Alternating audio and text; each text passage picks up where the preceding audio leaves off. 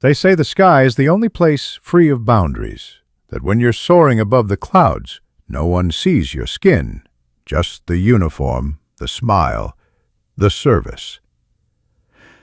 But for Layla Robinson, the sky wasn't freedom. It was a battlefield. Born in a small town in Georgia, Layla dreamed of flying. Not to escape, but to explore. Her grandmother always said, "Baby, go where your heart can breathe." And so she did. She studied hard, took night shifts, slept between books and shifts at the diner. When the acceptance letter from United Skyways arrived, she cried so hard she forgot how to breathe. She thought she'd made it. A dark-skinned girl from nowhere, now jetting between continents. Paris, Lagos, Dubai, Tokyo. But it wasn't the turbulence at 30,000 feet that shook her. It was the turbulence inside the cabin. Microaggressions whispered with a smile. "Oh, you're the flight attendant. I thought you were security." Eyes that scanned her like she didn't belong. Passengers who demanded someone else. Colleagues who praised her accent as surprisingly neutral. Supervisors who called her too assertive for simply speaking up. In the air, she wore her grace like armor, but every landing felt heavier, as if the wheels touched down, but her soul stayed stuck in midair. The long-haul international flight was from New York to Amsterdam. She arrived early, uniform perfectly pressed, braids tied neatly into a bun, lipstick soft and professional. Her excitement hummed beneath the surface. She introduced herself to the team. A mixed crew, mostly white, one Asian woman, and a senior flight attendant named Carol, who gave her a quick glance and a half smile. During briefing, Layla was assigned to first class.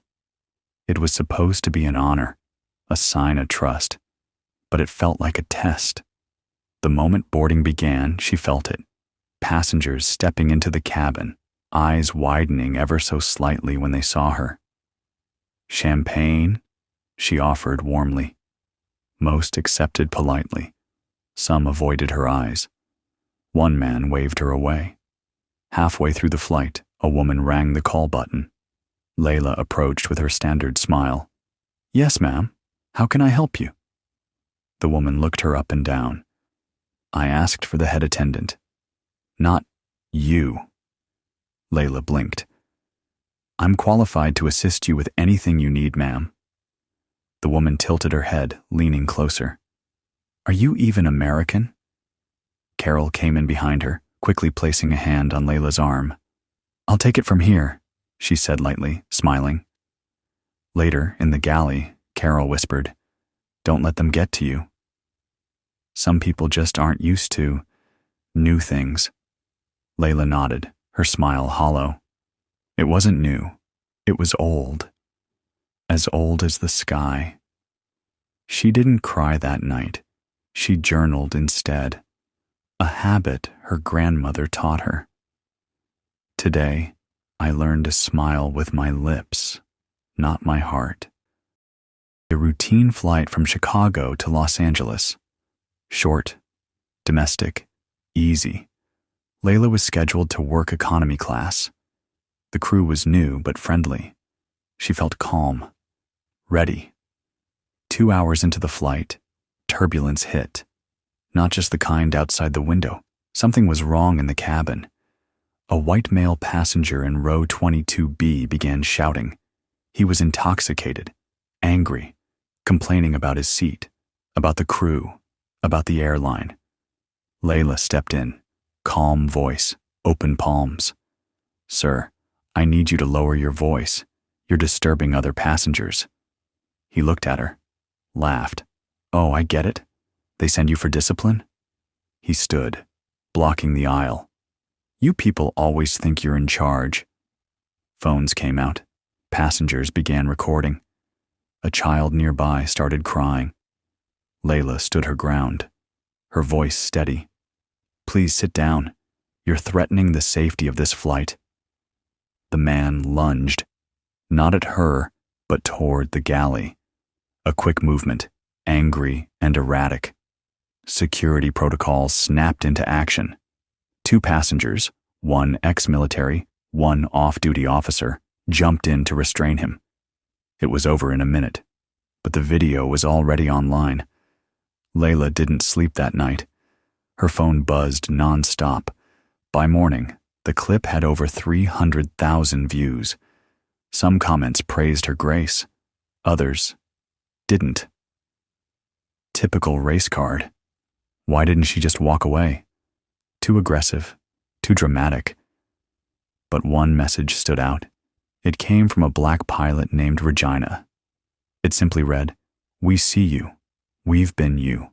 Don't stop flying." Layla read it 10 times, then cried. Not from sadness, from recognition, from the heavy kind of gratitude that makes you feel less alone in the sky. Temporary leave. Just to let things cool down, they said. No formal punishment, no apology either.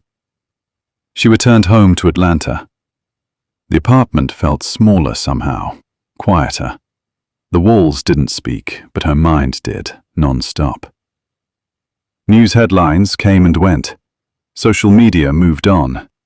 But inside Layla, something stayed stuck. She replayed the flight again and again.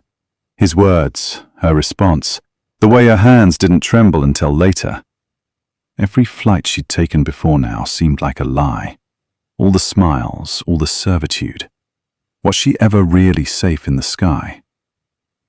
The grandmother called one evening. "You're quiet, baby." "I'm just tired, Grandma." "Tired is okay. Tired passes. But silence grows heavy." Layla walked to her bookshelf, picked up the old brown journal she hadn't opened in days.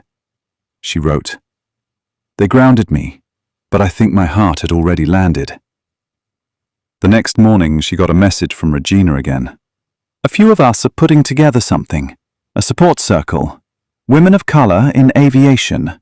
You in?" Layla stared at the screen, then replied, "I'm in, all the way." Sometimes, to fly again, you need to land first, to feel the ground, to remember why you left it. The first meeting was held on a Sunday in a modest community center near the airport. Foldable chairs, paper cups, a few cookies on a plastic tray. But what filled the room was more than snacks or smiles. It was story.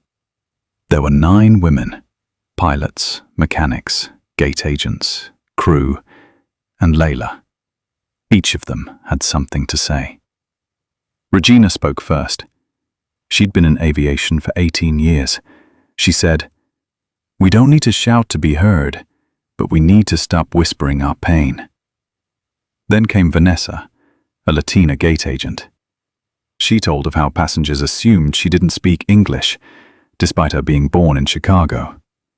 One by one, the stories came. Tears, laughter, silence, nods, sisterhood. When it was Layla's turn, she hesitated, then said, "I used to think flying was my way out, my freedom. But lately, it's been a prison, with beautiful views." No one interrupted. No one looked away. Someone reached out and held her hand. It wasn't healing, not yet, but it was the beginning of it. Afterward, Regina handed her a folder. Inside, information about diversity panels, mentorship programs, scholarship funds, and an open invitation. Help us build something better. Layla didn't know what the future looked like, but for the first time in weeks, she looked forward to it. Not because she had all the answers, but because she finally knew she wasn't asking alone.